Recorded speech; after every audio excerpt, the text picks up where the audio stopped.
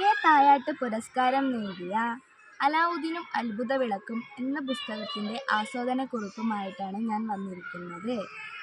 ശത്രുഘ്നൻ എഴുതിയ അലാവുദ്ദീനും അത്ഭുത വിളക്കും.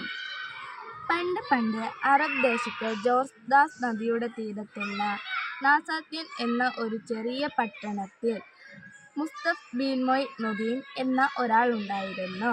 മകൻ അലാവുദ്ദീനും ഭാര്യ ഫാത്തിമയും ഉണ്ടായിരുന്നു. അയാളുടെ ജോലി തയ്യലായിരുന്നു. അവനെ മദ്രസയിലേക്ക് പറഞ്ഞു വിടാൻ അവൻ്റെ മാതാപിതാക്കൾ ഒത്തിരി ബുദ്ധിമുട്ടി. അവൻ തിരികെ വന്ന ഉടനെ എന്തെങ്കിലും കഴിച്ച് വീണ്ടും കളിക്കാൻ പോകും. കുറച്ച് സമയത്തിനകം വീണ്ടും വീട്ടിലേക്ക് വന്ന് കഴിച്ച് തിരികെ പോകും. അവൻ ഭയങ്കര മടിയനായിരുന്നു. അവൻ്റെ ഉപ്പ ഒരു ദിവസം തലകറങ്ങി വീണു. കുറച്ച് ദിവസങ്ങൾക്ക് ശേഷം അയാൾ മരണപ്പെടുന്നു. കുടുംബത്തിലെ പട്ടിണിയില്ലാതെ ഫാത്തിമ എങ്ങനെയോ ദിവസങ്ങൾ തള്ളി നീക്കി. മകൻ പെരുമടിയനായി.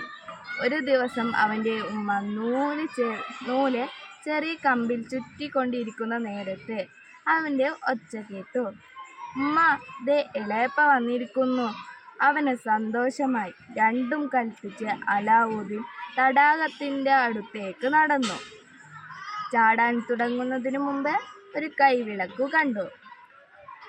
അതെടുത്ത് തിരികെ നടന്നു.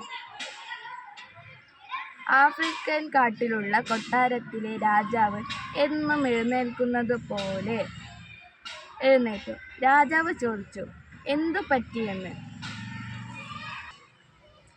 അവൻ ഉമ്മയുടെ പേരുള്ള ഒരു സ്ത്രീയെ കണ്ടു. ഡിങ്കാലു സുങ്ക്ല എന്നു പേരുള്ള ഒരു മന്ത്രവാദിയെയും കണ്ടു. ഇതൊക്കെയാണ് ഇതിലെ കഥകൾ. എല്ലാ കുട്ടികളും ഈ പുസ്തകം വായിക്കണം. കുട്ടികൾക്ക് വളരെ ഇഷ്ടപ്പെടുന്ന കഥയാണിത്. എല്ലാവരും വായിക്കുമല്ലോ.